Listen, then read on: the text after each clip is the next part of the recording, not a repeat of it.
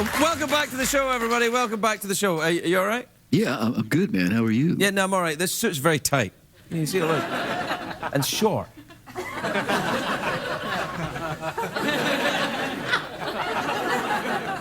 Yeah, that's what people want to see. My next guest is a best-selling writer. He's a friend of the show. He's an all-round talented, lovely man. And he smells a bit like biscuits.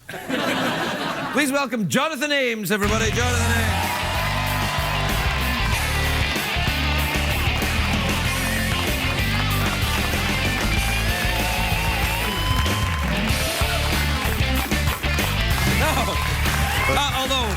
Now, as you mentioned it, welcome, Jonathan. You look great. I made up the last thing about biscuits. I know you don't really smell like biscuits. Right, and my jacket does smell, though. I was in an elevator on the way here, not here in an elevator, in my hotel. Right. And I was with other people, and I thought, somebody smells, and I realized it was my own jacket. You know, sometimes you get in an elevator.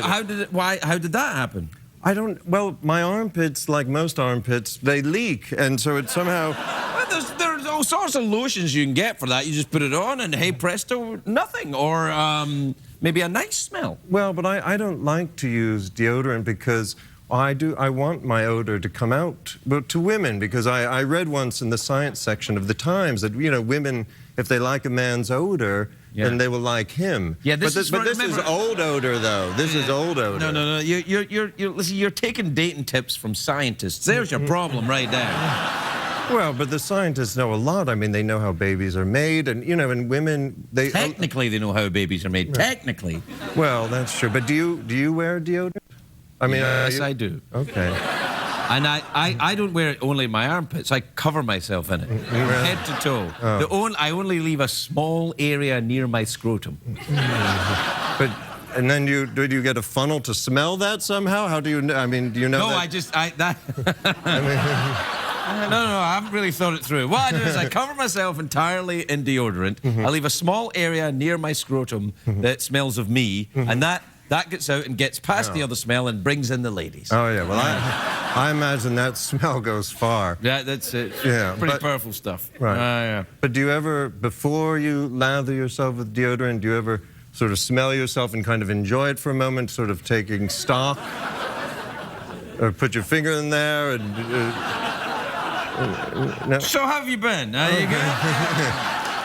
Well, I've been all right. I mean, I don't know if you know or not, because... I know. I wasn't going to bring it up. Oh, well, yeah, well, my show was canceled. I know. I'm sorry, Mel. Well, it's all right. Usually the audience applauds at that point. Yeah. His show was canceled. Yeah. But, No, don't be stupid. He's hurting. Can't you see the man's hurting? Yeah, I'm sorry it was canceled. That doesn't seem very fair. Who canceled it? HBO? HBO canceled it, and but I did something. I don't know if it was smart, and I value your opinion, but, you know, I had a beard. I had this rather lush, sensual beard, and, you know, people could lose themselves in it. I imagine you might have wanted to lose yourself in it, you know. I mean, you know, thinking about how, you know, well, I don't want to talk about your wife or anything like that, but so...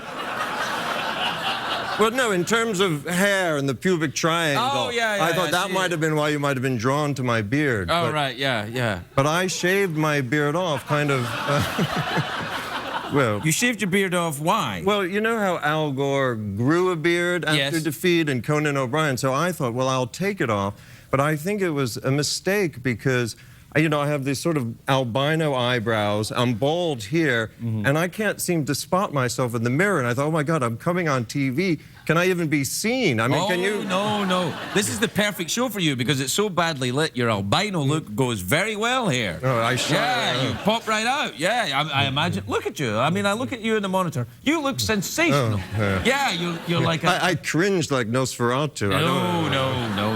I don't like to look at myself anyway, so it's good I'm invisible. Well, why don't you like to look at yourself? You like to smell yourself, so why don't you like to look at yourself? That's right, I do like to smell. You know, I mean, maybe my nose is better than my eyes, or I enjoy my odor more than how I come across visually, but I don't know. Well, I don't like to look at myself because deep down, I feel like I'm a colossal fool, which I think is a good thing. No, I will not allow you to go down this avenue.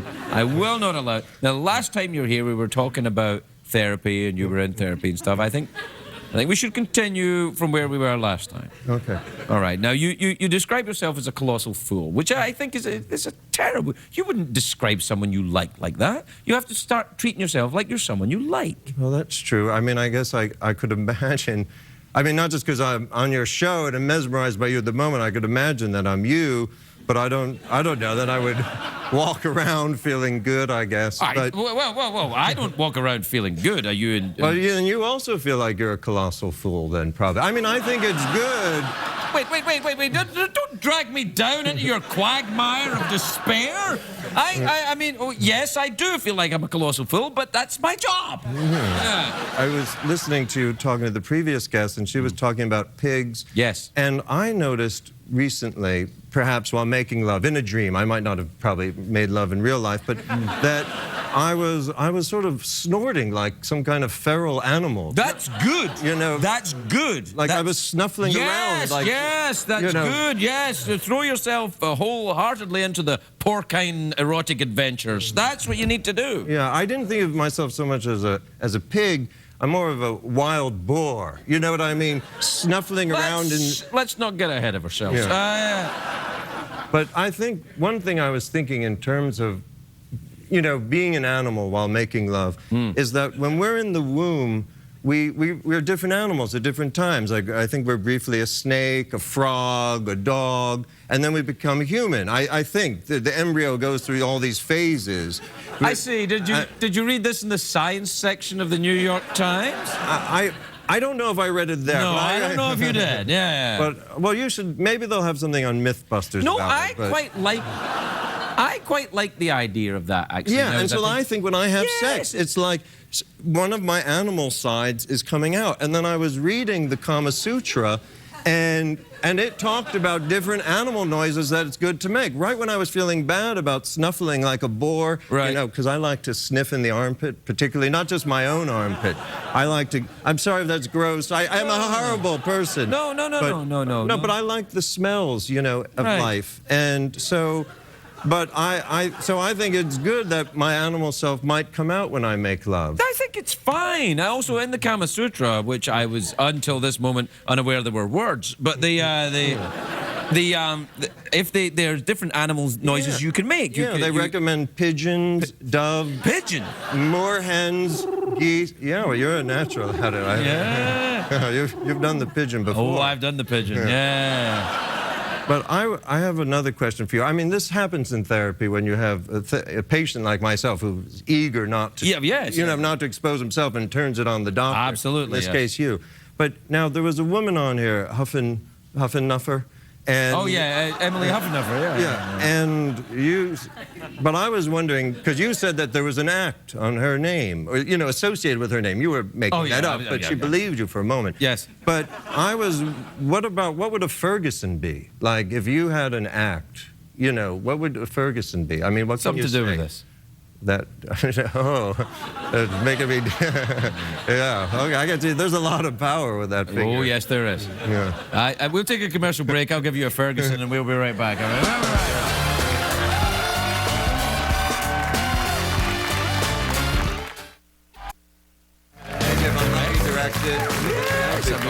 Welcome back, everybody. Welcome back. I'm here with Jonathan Ames, who's... we were discussing how you like to make animal noises during sex, but let's move on. Okay. Let's move on from that. It's not all about sex. Well, a lot is. I mean, a lot of it's about sex. I notice during your show that sexual references come up repeatedly. I mean, it's a good source of humor, but it's on everyone's mind. I was at like a party recently, and some other people off to the side, someone said sexual, and the heads just moved like that. You know, like dogs. As soon as someone heard the word sexual, they all whipped their heads around. I mean, and we had been talking about politics, but really, people would like to talk about sex. I have to tell you, I don't know what your personal politics are, and nor would I bother asking, but but I do find this endless discussion of politics very tedious. I think it's to make people who are not that bright feel like they're really bright, but they're not really bright, they're just yelling. What do you think? Well, the whole thing has gotten really absurd and distressing. Let's talk about sex. But no, wait, you didn't want to talk about sex. What else should we talk about if we don't talk about sex? Well, what about the Super Bowl? You going to watch that? See what I did? Yeah. Well, wait, but that's not sex. You mean that's... I'm going to watch. I'm going to have an erection the whole time, though. Really?